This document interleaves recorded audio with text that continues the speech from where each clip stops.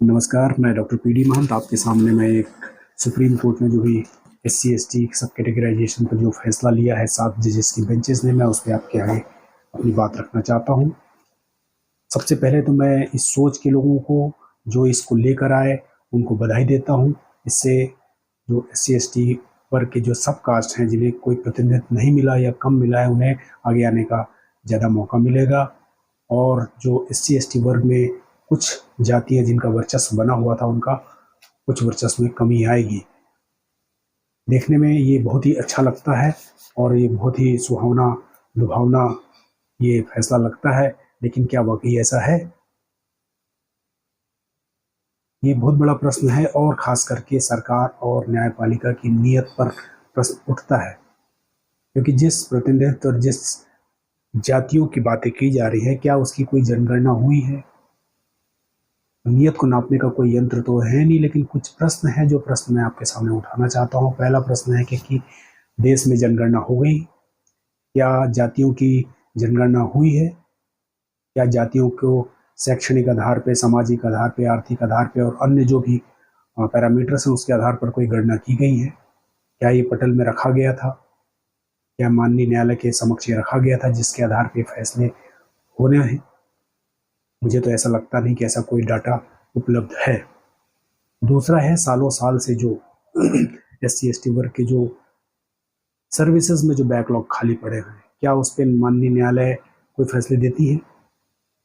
या तो वो चलता रहता है लंबा, या फिर उस पर स्टे हो जाता है। कई राज्यों ने अपनी जनगणना कराकर आरक्षण को बढ़ाने की बात की ताकि ज़्यादा से ज़्यादा लोग का भला हो, लेकिन उस पर माननीय न्यायालयों ने रोक लगा दी। तीसरा, ये जहाँ से फैसला आता है या आया है, क्या यहाँ पर वो प्रतिनिधित्व है, उसी अनुपात में प्रतिनिधित्व है जिस प्रतिनिधित्व की बात की जा रही है? और जो एट्रोसिटीज होती हैं वो जाति आधार पर ही होती हैं, कोई आर्थिक आधार पर एट्रोसिटीज होती नहीं है। जितनी गालियां हैं वो जाति आधार पे हैं। हमारे देश में तो एक प्रचलन है कि नाम बताने के बाद आदमी जाति और सरनेम जानना चाहता है, तो जाति है जो जाति नहीं है। तो पिछले 75 सालों में संविधान के लागू होने के बाद 2 से 3 पीढ़ियां SC ST की पढ़ लिख कर कुछ अच्छे पदों में या अच्छी जगह पर आकर बैठ गई है। उनमें अगड़ा पिछड़ा ढूंढना, उनमें अगड़े पिछड़े की बात करना क्या न्याय संगत लगता है, बनिस्बत उसके की जो सदियों से पीढ़ी दर पीढ़ी जिन्होंने सत्ता पे, संसाधन पे, शिक्षा पे, नौकरी पे, धंधे पे, संसाधनों पे जिन्होंने कब्जा कर रखा हुआ है, उसमें आप अगड़े पिछड़े की बात बिल्कुल नहीं करते। क्या ये उचित लगता है? उसके बाद मैं प्रश्न उठाना चाहता हूं उन लोगों से जो कोलेजियम सिस्टम पर प्रश्न उठाते हैं। देखने में जरूर लगता है कि कोलेजियम सिस्टम में जज ही अपने उत्तराधिकारी चुन लेते हैं और ये एक तरीके से लोकतंत्र में गलत है, लेकिन उससे बेहतर हमारे पास कोई अभी तंत्र विकसित नहीं हुआ है। तो क्या ये 35%, 40% लोगों के भविष्य के लिए जो फैसला लिया जा रहा है उसी कोलेजियम से चुने हुए लोगों का, तो क्या ये कोलेजियम को कोसने वाले उस पर कोई प्रश्न उठाएंगे, कुछ आवाज उठाएंगे? नहीं उठाएंगे। क्या न्यायपालिका ने सरकार से कोई परामर्श किया, कोई सुझाव मांगा, कोई डाटा मांगा? क्या न्यायपालिका ने SC ST वर्ग के जो संगठन है, जो पंजीकृत मान्यता प्राप्त संगठन है, क्या उनसे कोई सुझाव परामर्श मांगा? क्या उनसे कोई चर्चा हुई जिसके आधार पर उनके समाज का, उनके लोगों के बारे में कोई इतना बड़ा फैसला लिया गया? ऐसा जानकारी में नहीं है कि ऐसी कोई जानकारी माननीय न्यायालय ने ली, क्योंकि ऐसी कोई जानकारी है नहीं, क्योंकि जाति जनगणना या राष्ट्रीय जनगणना हुई नहीं। अब हम बात करते हैं हमारी व्यवस्थागत चीज़ों की। जब भी बहुजन के लिए कोई फैसला लिया जाता है, जिसके लिए कोई आयोग बनता है, कोई पीठ बैठती है, कोई कमेटी बैठती है, तो उसमें जो लोग बैठते हैं वहाँ पर क्या प्रतिनिधित्व होता है, यह भी जानना बहुत जरूरी है। क्योंकि वहाँ पर जो मेंबरान होते हैं उनको देखकर, उनकी पूरे विचारधारा को देखकर, उनके जो पुराने दिए गए निर्णयों को देखकर उनके जड़ों को देखकर ये पूर्वानुमान लगाया जा सकता है कि क्या फैसला आने वाला है। और इस फैसले में भी ये पूर्वानुमानित था कि ये फैसला यही आएगा कि जैसे ओबीसी में क्रीमी लेयर लगाया गया, वैसे ही एससी एसटी में कोई ना कोई चीज़ लगाई जाएगी, और वही हुआ। इससे ही नियत पर कुछ शंका होती है, जो वाजिब लगती है। अब ये जो फैसला हुआ है 7 जजेस की बेंचेस में, या कहीं भी इस टाइप के जो फैसले होते हैं, उसमें कुछ लोग जो हैं बड़े बड़े संवेदनशील होते हैं, सच्चे होते हैं, लोगों के प्रति सहानुभूति रखते हैं। जैसा इसमें माननीय त्रिवेदी मैडम ने जो इसका विरोध किया, 6-1 से जो फैसला आया, उसमें जो एकमात्र जो सब कैटेगराइजेशन का जिन्होंने विरोध किया, त्रिवेदी मैडम, मैं उनकी नियत या उनकी मंशा या उनके संवेदनशीलता पर शंका जाहिर नहीं कर रहा हूँ, लेकिन ये आजकल क्या ऐसा मुझे लगता है कि क्योंकि फैसला चाहे मैडम उसमें जो भी फैसला लेती या जो भी अपना पक्ष रखती, फैसला आना यही था। और दूसरी तरफ जो इस पूरे 7 में से एक गवई साहब, जो कि एससी कम्युनिटी को बिलोंग करते थे इस पीठ में, उन्होंने क्रीमी लेयर लागू करने की बात कही। तो इससे क्या हुआ कि एससी एसटी वर्ग ने गवई साहब को तो बुरा माना और त्रिवेदी मैडम को अच्छा माना। तो कुछ इस तरीके की चीज़ें क्या लोगों को महान बनाने की भी कोशिश की जाती है, ये भी एक अपने आप में शंका है। क्योंकि त्रिवेदी मैडम ने जो चीज़ 2 चीज़ें बोली हैं वो सबसे महत्वपूर्ण है और बहुत ही महत्वपूर्ण है कि बिना पर्याप्त कारण के इसे बड़ी बेंच में भेजने का कारण क्या था। ये भेजना, बड़ी बेंच को भेजना गलत था और राज्य सरकार के अधिकार क्षेत्र से बाहर है कि एससी एसटी वर्ग में सब कैटेगराइजेशन कर सके। ठीक है, 341 आर्टिकल 341 के तहत जो सेंट्रल जो माननीय राष्ट्रपति महोदय के द्वारा जो लिस्ट होती है उसमें कोई काट छांट नहीं की जाएगी, लेकिन उसका सब कैटेगराइजेशन करना राज्य शासन के अधिकार क्षेत्र से बाहर का है। ये दोनों चीज़ माननीय त्रिवेदी मैडम ने बहुत ही सही उठाया। लेकिन इसके पहले की जो 5 बेंचों के फैसले को न कुछ उसमें टकराव हो, इसलिए उन्होंने बड़ी बेंच की तरफ इस मुद्दे को भेज दिया। उस 5 जजेस की बेंच में भी जातीय प्रतिनिधित्व की बात को करना बहुत ज़रूरी है, क्योंकि आप फैसले जिनके लिए ले रहे हैं अगर वो वहाँ पर नहीं है तब नियत पर शक होना लाजिमी है। इसके पहले जो भी इस मुद्दे पे ही जो कोर्ट्स हैं, माननीय न्यायालय हैं, उन्होंने जो फैसले दिए हैं उसमें ये माना गया कि शेड्यूल कास्ट और शेड्यूल ट्राइब जो है एज ए होल एक क्लास है, वो कास्ट नहीं है। और जो आरक्षण देने का जो प्रावधान किया गया है वो बैकवर्डनेस ऑफ द क्लास है, ना कि बैकवर्डनेस ऑफ द कास्ट है। और आर्टिकल 14 के तहत ये परमिशनेबल, मतलब जिसकी अनुमति नहीं दी जा सकती है, सब कैटेगराइजेशन की परमिशन नहीं दी जा सकती। आर्टिकल 14 के तहत माइक्रो क्लासिफिकेशन नहीं किया जा सकता है इस क्लास का, ये माननीय न्यायालय ने पहले कहा है, जिसे इस निर्णय ने पलट दिया है। ये जो प्रकरण है, ये प्रकरण एक व्यक्ति के पे है, दविंदर सिंह वर्सेस पंजाब स्टेट, जिसमें बाकी जो पुराने पिछले इसी तरह के जो भी मुद्दे मतलब प्रकरण रहे हैं, करीब करीब वो 22 हैं, उनको इसमें समाहित करते हुए 2010 से लेकर अब तक के जो प्रकरण हैं उनको सबको इसमें साथ में लेकर ये फैसला सुनाया गया। छोटी बेंच पहले सुनती है, फिर बड़ी बेंच की तरफ भेजने का रास्ता प्रशस्त करती है, ताकि एक मजबूत और बड़ा फैसला आ सके जिस पे सरकार भी प्रश्न न उठाए।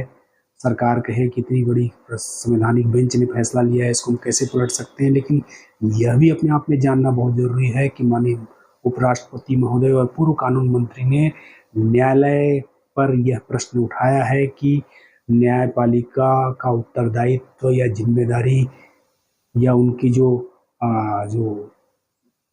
कानून बनाना और कानून बताना, इसमें न्यायपालिका से बड़ी कार्यपालिका और विधायिका है, क्योंकि कानून बनाने का विधायिका को है और ये जिम्मेदारी जनप्रतिनिधियों को है, क्योंकि उनको जनता चुनती है, जनता को उन्हें जवाब देना पड़ता है, ना कि न्यायपालिका को। फिर न्यायपालिका ऐसे संवेदनशील मुद्दे पर कैसे फैसले ले लेती है, और क्या सरकार पिछली बार जैसे SC/ST एट्रोसिटी एक्ट पर जो फैसला आया था, माननीय सुप्रीम कोर्ट का फैसला आया था जिसे सरकार ने पलट दिया, तो क्या वैसी किसी इस फैसले को कुछ पलटने की मंशा सरकार में दिखती है? क्योंकि अंदरूनी खबर तो यह है कि सरकार भी सब कैटेगराइजेशन ऑफ दी SC/ST को मान्य करती है। फिर ये फैसला यथावत ही रहेगा और लागू हो जाएगा, लेकिन बिना डाटा के, बिना डिटेल डाटा के आप किसको देंगे, कैसे देंगे, यह जानना बहुत ज़रूरी है। हम या हमारी सरकार अंग्रेजों को कोसती है कि फूट डालो राज करो, डिवाइड एंड रूल की पॉलिसी लेकर आई। हम अंग्रेजों के हर उस चीज़ को, इमारत को, रोडों को, उनकी बनाई हुई बिल्डिंगों को, उनको बदलने हैं, उनके नाम बदल रहे हैं, यहाँ तक कि कुछ मेडिकल जैसे पाठ्यक्रमों को अंग्रेजी से हिंदी में करने की बात करते हैं, लेकिन उन्हीं की पॉलिसी फूट डालो और राज करो को इम्प्लीमेंट करने की कोशिश क्या यहाँ पर नहीं दिखती है? क्या SC/ST वर्ग के जो 2 या 3 पीढ़ी से जो लोग आए हैं, अगर वो आर्थिक स्थिति उनकी सुधर गई है, जैसा कि कहा जाता है कि आरक्षण जो है गरीबी उन्मूलन कोई योजना नहीं है, ये शैक्षणिक और सामाजिक आधार पर जो दुर्भाव हुआ है उसके कारण आरक्षण दिया गया है। एक उदाहरण के तौर पर मैं बताता हूँ कि पूर्व राष्ट्रपति महोदय को मंदिरों में नहीं घुसने दिया जाता था, वो राष्ट्रपति थे। अभी वर्तमान में जो राष्ट्रपति हैं उनके साथ भी यही हुआ है, उन्हें बड़े बड़े आयोजनों में नहीं बुलाए गए, उन्हें मंदिरों के गर्भगृह में घुसने से रोक दिया गया। तो आप किसी भी बड़े ऊंचे पद पर चले जाएं, आप कितने भी प्रतिष्ठित व्यक्ति बन जाएं, लेकिन आपकी जो सामाजिक स्तर है वो आपकी जाति से ही तोली जाती है। तो फिर ये डिवाइड एंड रूल का जो फार्मूला है अंग्रेजों का, उसी को क्यों फॉलो करना चाहते हैं? अब आप एक चीज बताइए, कौन सा ऐसा क्षेत्र है भारत में जहाँ पे वर्गीकरण नहीं है, जहाँ विभाजन नहीं है? हर जगह है, उच्च वर्ण से लेकर नीचे तक, हर जगह जातियों में उपजातियां, जातियों में उपजातियां हैं। ये इस देश की सच्चाई है। ये उस प्याज के छिलकों की तरह, जिसके छिलके निकालते जाइए, उपजाति के अंदर उपजाति, उपजाति के अंदर उपजाति, उपजाति के अंदर उपजाति, प्याज खत्म हो जाएगा, लेकिन उसकी जो गंध होगी उसमें भी जाति की खुशबू या जातु की गंध आएगी, जिससे आपकी जात परिलक्षित हो जाएगी या लोग जानना चाहेंगे कि आप किस जाति के हैं। जाति है कि जाति नहीं, लेकिन उसकी जनगणना होगी नहीं और आप फैसले लेते चले जाएंगे। तो क्या आपको लगता है कि एक गरीब, एक मजदूर, एक अनपढ़ जो SC/ST समुदाय का है, अभी इस फैसले की बात करें तो उनकी जानकारी में फैसला या इस टाइप के प्रकरण के बारे में जानकारी ही नहीं, क्योंकि अपनी रोजी रोटी में जुटा हुआ है। वो जो लोग जो सक्षम हुए, जो पढ़ गए, लिख गए, तर्क कर गए, उनको इस तरीके से करके अलग कर सकते हैं। उसका जीता जाता एग्जाम्पल है OBC में क्रीमी लेयर, जो ऊपर की 3 वर्णों में तो नहीं जा पाए, लेकिन उन्होंने अपना OBC को सहायता देना बंद कर दिया। जो लोगों में एक जागृति आई थी कि पे बैक टू सोसाइटी, कि हम अच्छा बन गए हमारे समाज के कारण, तो समाज को कुछ पे बैक करेंगे, उनको आप अलग कर देंगे तो उनके लिए बात कौन करेगा? क्या एक गरीब अनपढ़ मजदूर, क्या वो अपने हक के बारे में जानेगा? क्या वो तार्किक बातें कर सकेगा? और जो पढ़कर, लिखकर, समझकर जो ऊंचे पदों में आ जाता है, वही सबसे ज़्यादा आंखों में चुभ रहा है। और उस चुप को, उस कांटे को ही निकालना ही इस पूरी मुहिम का मकसद है। आप उसे निकाल देंगे, उसके बारे में बात कौन करेगा? तो बात आखिर आकर अटकती है आपकी नीयत पर। आप कहते कुछ भी रहे, आपकी नीयत अगर साफ होती तो 75 साल में जो लाखों पद खाली पड़े हुए हैं, बैकलॉग के, आप उनको भरते, उनमें उन लोग को भर देते जिन्हें प्रतिनिधित्व नहीं मिला या कम मिला, उनको भर देते, कोई प्रश्न नहीं उठाता। लेकिन वो लाखों पद खाली पड़े हुए। जैसे आरक्षण की बात आती है तो आप मेरिट की बात करने लगते हैं, जैसे प्रमोशन में आरक्षण की बात होती है आप एफिशिएंसी की बात करने लगते हैं। लेकिन आप रिप्रेजेंटेशन दे कहाँ रहे हैं? आप सरकारी नौकरी निकालते हैं, पढ़ा लिखा सारी अर्हताओं को पूरा करता हुआ व्यक्ति जब इंटरव्यू में आता है, वो जो कमेटी बैठती है, जिस तरीके से पीठ और कमेटियां बैठती हैं, वैसी कमेटी जो बैठती है वो लिख देती है एनएफएस, जो एक नया फैशन चल पड़ा है, नॉट फाउंड सुटेबल, और वो सीट रिक्त रह जाती है। ठीक है, कानूनन वो सीट कैरी फॉरवर्ड हो जाती है अगले सालों के लिए, लेकिन कुछ समय बाद वो चुपचाप सामान्य वर्ग से भर दी जाती है। ये भी अपने आप में एक सच्चाई है। एक एग्जाम्पल देता हूँ कि मान लीजिए 100 पद निकले, उसमें से आरक्षण के तौर पे 50% आरक्षण हुआ, उसमें से आपने 30 को एनएफएस कर दिया, 20 सीटें ही भर पाई तो 30 खाली रह गई, वो आगे कैरी फॉरवर्ड हो गई। अगले साल 100 सीटें आई, उसमें से 50 आई, तो आप जो है इक्वलिटी के नाम पर जो बताना चाहते हैं, तो 100 और ये 30 मिला के 130 हुए, तो आप चाहते हैं कि 50% में 65 बढ़ जाए। क्या ये न्याय संगत है? उनकी सीट जो 30 बची थी वो 30 आएंगी और 50 अभी की, 80 सीटें 80 सीट दें। जैसे 50 और 80 वाली बात आती है, आप बराबरी की बात करने लगते हैं, इक्वलिटी की बात करने लगते हैं, उसकी अवहेलना की बात करने लगते हैं। नागराज केस में यही हुआ है। लेकिन इसमें प्रश्न ये उठता है कि ये मेरिट कौन डिसाइड करता है, ये एफिशिएंसी कौन डिसाइड करता है, ये रिप्रेजेंटेशन देने की बात कौन करता है, ये फैसले कौन लेता है? ये फैसले लेने वाले जगहों पर जब तक ये रिप्रेजेंटेशन नहीं होगा, और ये होगा कैसे जब तक जनगणना होगी नहीं, तो उसके बिना ये इस पर बात करना बेमानी ही कहा जाएगा। और अंत में जो फैसला आया है, इस पे जो फैसला लिए हैं जो 7 जजेस ने, इनके बारे में भी कुछ बात कर लेते हैं। ये 7 जजेस हैं जिनमें सबसे पहले हमारे मुख्य न्यायाधीश महोदय चंद्रचूड़ साहब, उसके बाद BR गवई साहब जो एकमात्र आरक्षित वर्ग से हैं, उसके बाद विक्रमनाथ जी, उसके बाद बेला त्रिवेदी मैडम, पंकज मित्तल जी, मनोज मिश्रा जी और सतीश चंद्र शर्मा जी। इनमें से आप अगर वर्गीकरण करें, आप देखेंगे इनमें से 4 जो हैं वो वर्ण व्यवस्था में सबसे ऊपर के लोग हैं। उसके बाद जो 2 हैं वो भी उन्हीं 3 वर्णों में हैं जिनका आरक्षण से कोई लेना देना नहीं है, यानी 6 लोग उच्च वर्ण के हैं और एक गवई साहब जो हैं सिर्फ रिप्रेजेंट करते हैं। और गवई साहब ने उन्होंने पक्ष रखा, उसमें उन्होंने क्रीमी लेयर की वकालत की, क्रीमी लेयर होना चाहिए।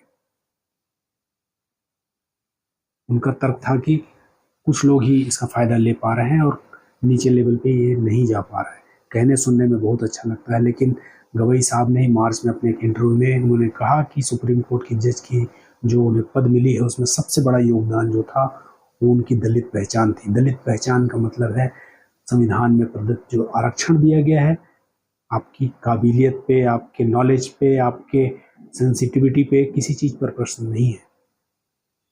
आप बहुत बेहतरीन व्यक्ति हैं, आप बहुत जानकार हैं, कानून के ज्ञाता हैं, लेकिन एक तरफ आप बात करते हैं दलित पहचान की और फिर बाद में आप जाकर जहां पर एक सबसे संवेदनशील मुद्दे पर फैसला होना है, आप क्रीमी लेयर की बात करते हैं।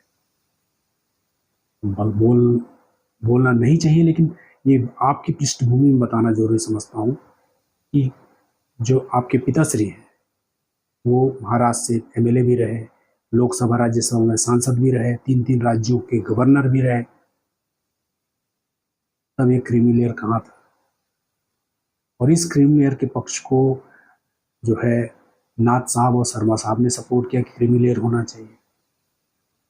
मित्तल साहब का कहना है कि भारत देश में तो मतलब ये कोई लेना देना नहीं था, तो उनका कहना है कि भारत देश में तो कभी जाति प्रथा रही नहीं, वर्ण व्यवस्था रही है। उन्होंने वहाँ भगवत गीता को कोट किया, उन्होंने आरक्षण की मंशा पर ही सवाल उठा दिया, उन्होंने आरक्षण को जाति व्यवस्था को मजबूत करने वाला यंत्र बता दिया, बनिस्बत की वो जाति व्यवस्था को कमजोर करता। जहां पर संविधान अभी लागू है, स्थापित है, जिसके तहत आरक्षण मिल रहा है, उसको आप सीधे सीधे उस चीज का विरोध करते हैं और आप उन्हीं आरक्षित वर्गों के बारे में फैसला करते हैं। इसका मतलब क्या? आपके पूर्वाग्रह क्या इस फैसले में आड़े नहीं आएंगे? आएंगे। मैथिल साहब ने ही जो है बच्चों की स्कूल के जो ड्रॉप आउट है उसका एक डाटा दे दिया, जिसका कोई आधिकारिक तथ्य नहीं। उन्होंने जो है जो free and compulsory education act 2009 में आया था, उसको भी एक तरीके से उन्होंने बेकार घोषित कर दिया, जिसका कोई डाटा नहीं है, उसको आपने अभी यहाँ पे कर दिया, बता दिया। मतलब सारे लोग बेला त्रिवेदी मैडम को छोड़ के उन्होंने अपना पक्ष बहुत मजबूती से रखा, लेकिन वर्गीकृत हिसाब से सातों के सातों ने एक तरह से ही फैसला लिया। तो इसमें न्याय कहाँ है? कहाँ है बराबरी? आप अगर वर्ण जाति ना मानते, वर्ण के हिसाब से करें तो भी 6-1 है, चाहे उच्च वर्ण के एक दलित, विचारधारा की बात करें, वैचारिक स्तर की बात करें तो भी त्रिवेदी मैडम को अगर हम एक साइड रखते हैं तो भी 5-2। मतलब फैसला ये आना ही था। ऐसी पीठ जहां पर बहुमत के आधार पर फैसला होना था और बहुमत पूर्वाग्रह से ग्रसित हो, तो फैसला यही आना था। निसंदेह है ये सोच बहुत अच्छी है कि जिन्हें नहीं मिला उन्हें मिलना चाहिए, लेकिन नियत 75 साल से जो हम देख रहे हैं, उस नियत का क्या? जो देना था वो क्या दिया गया इन 75 सालों में? या उस पर रोड़े अटकाने की कोशिश की गई, रोड़े मेरिट के नाम पर, रोड़े एफिशिएंसी के नाम पर, रोड़े प्रमोशन के नाम पर।